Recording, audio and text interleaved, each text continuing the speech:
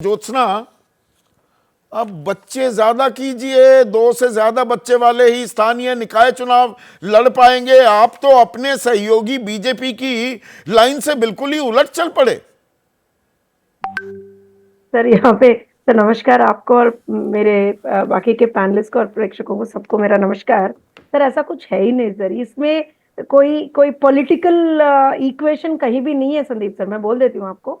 एक ही चीज है यहाँ पे, और यही नायडू जी है। अगर आपको याद है तो 95 94 उस टाइम पे यही नायडू जी थे जिन्होंने बोला था कि you have to reduce the population. उन्होंने ही बोला था, there was a restriction then also. So according आज के तारीख में जिस तरीके के सिचुएशंस चल रहे हैं, सर्कमस्टांसेस चल रहे हैं सर, फॉर एग्जांपल अगर आप लेंगे तो ग्लोबली भी क्या हो रहा है ना कि जो वर्किंग एज है ना sir, that probably we need a more prolonged working age, that's the requirement. So economically अगर कंट्री को स्टेबलाइज होना है, इकोनॉमिकली अगर एक एक देश के नाते हम लोगों को स्टेबलाइज होना है, तो definitely we require a more prolonged working age, that's a requirement. And also sir जहां होता है ना कि जब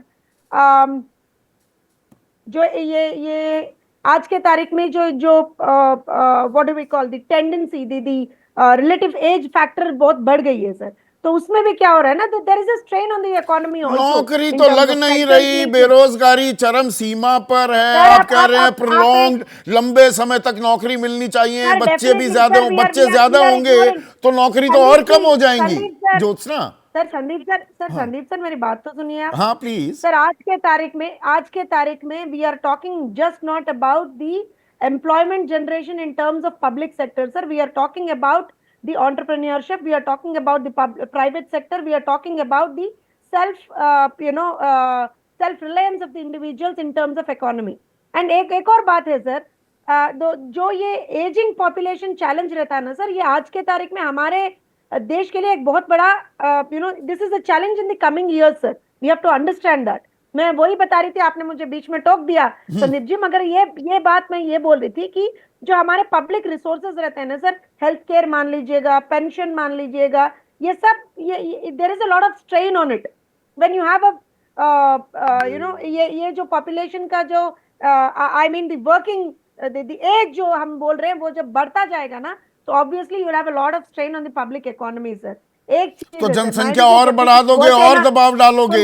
यही तो बीजेपी कहती आई है, मुसलमानों ने देश का बट्टा बिठा रखा है जी, आबादी इतनी बढ़ा रहे हैं मुसलमान। एक मिनट आप बिल्कुल उससे अलग चल पड़े सर। संदीप जी यहाँ पे नायडू जी ने या फिर तेलुगु देशम पार्टी ने या आज आपके डिबेट में ज्योत्सना ने कहीं पे भी किसी भी कम्युनिटी का नाम नहीं लिया sir. We are talking about in terms of economy की तरफ से हम बात कर रहे हैं सर।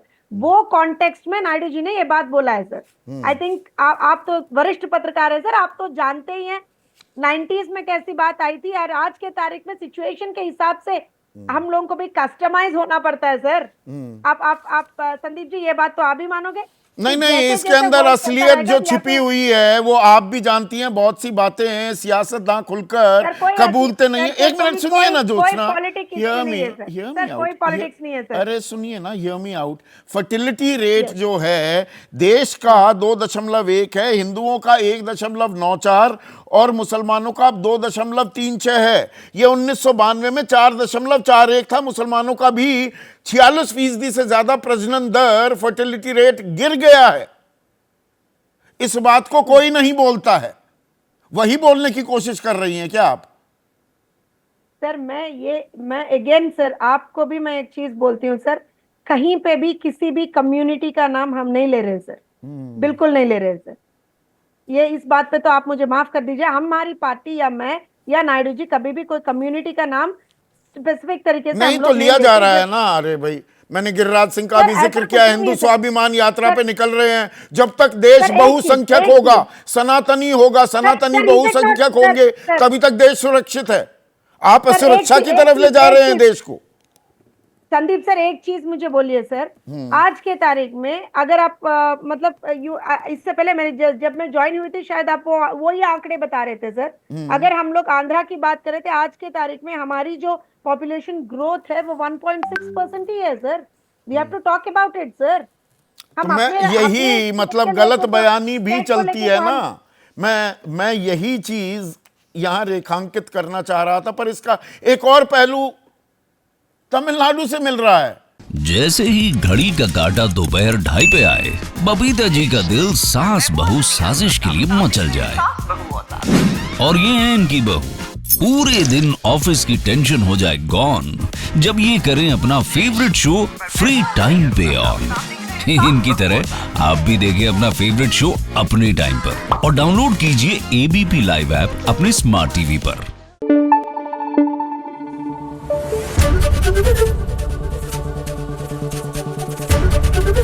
एबीपी न्यूज आपको रखे आगे।